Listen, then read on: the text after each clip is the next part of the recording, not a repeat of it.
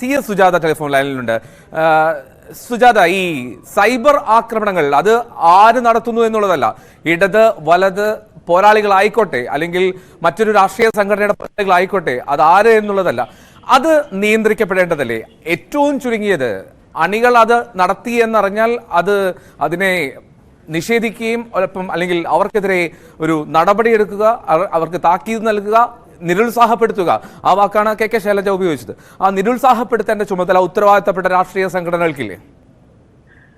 തീർച്ചയായിട്ടും ഇവിടെ വളരെ കൃത്യമായിട്ടാണ് ശൈലജ ടീച്ചർ പത്രസമ്മേളനത്തിലൂടെ ടീച്ചറിന് നേരെ നടക്കുന്ന വളരെ മോശപ്പെട്ട സൈബർ ആക്രമണത്തെ സംബന്ധിച്ച് പറഞ്ഞത്.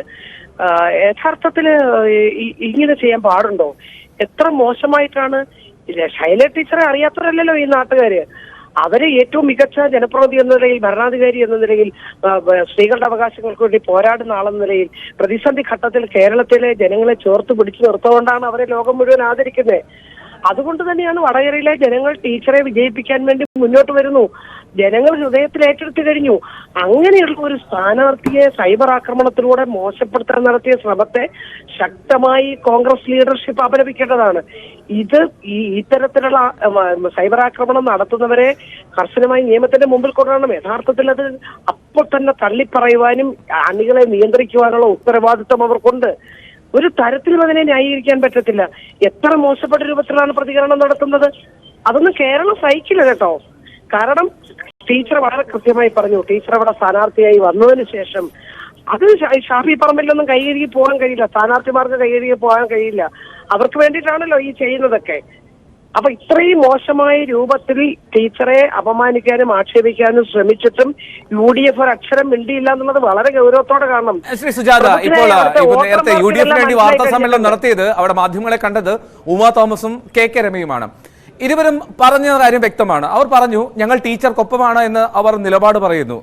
പക്ഷേ ഇത്തരത്തിലുള്ള സംഭവങ്ങൾ വർദ്ധിക്കുന്നത് അത് പോലീസിന്റെ വീഴ്ചയാണ് എന്നുള്ള ആരോപണം UDF ഉന്നയിക്കുന്നു. അവിടെ ഒരു പ്രശ്നമില്ലേ?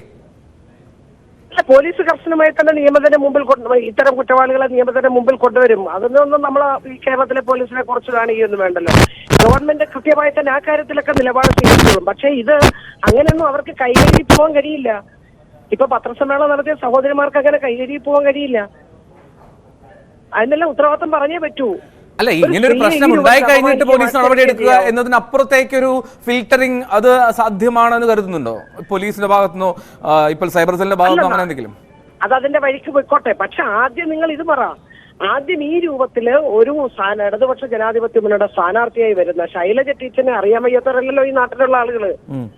രാഷ്ട്രീയമായി പറഞ്ഞോട്ടെ, രാഷ്ട്രീയമായി അഭിപ്രായ വ്യത്യാസങ്ങളുണ്ട്. തെരഞ്ഞെടുപ്പിൽ അങ്ങനെയാണ്. രാഷ്ട്രീയം പറഞ്ഞ് വോട്ട് പിടിക്കട്ടെ. അതിന് വ്യക്തിപരമായി തേജോവധം ചെയ്യുകയാണോ? അങ്ങനെയൊന്നും തേജോവധം ചെയ്യാൻ സഹിക്കുന്നവരല്ല വടകരയിലെ ജനങ്ങള്. ഇവർക്കൊന്നും അറിയാൻ വയ്യാത്ത, വടകരയ്ക്ക് ഒരു വലിയ പാരമ്പര്യമുള്ളതാ. അവരതുകൊണ്ട് തന്നെയാണ് അവിടുത്തെ ജനങ്ങൾ ഏറ്റെടുത്തു കഴിഞ്ഞല്ലോ. ശൈലജ ടീച്ചറെ പോലെ ഒരാളെ ഈ രൂപത്തിൽ അപമാനിക്കുകയും ആക്ഷേപിക്കുകയും ചെയ്യുമ്പോൾ തീർച്ചയായിട്ടും അതിന് പകരം അവർ ബാലറ്റിലൂടെ തന്നെ തീർത്താൻ പോവുകയാണ്. പരാജയ ഭീതിയിൽ നിന്നാണ് ഈ രൂപത്തിലുള്ള മോശപ്പെട്ട ആക്രമണവുമായി ഈ സൈബർ ഇങ്ങനെ ഈ UDF കെട്ടഴിച്ചു വിട്ടിരിക്കുന്നത്.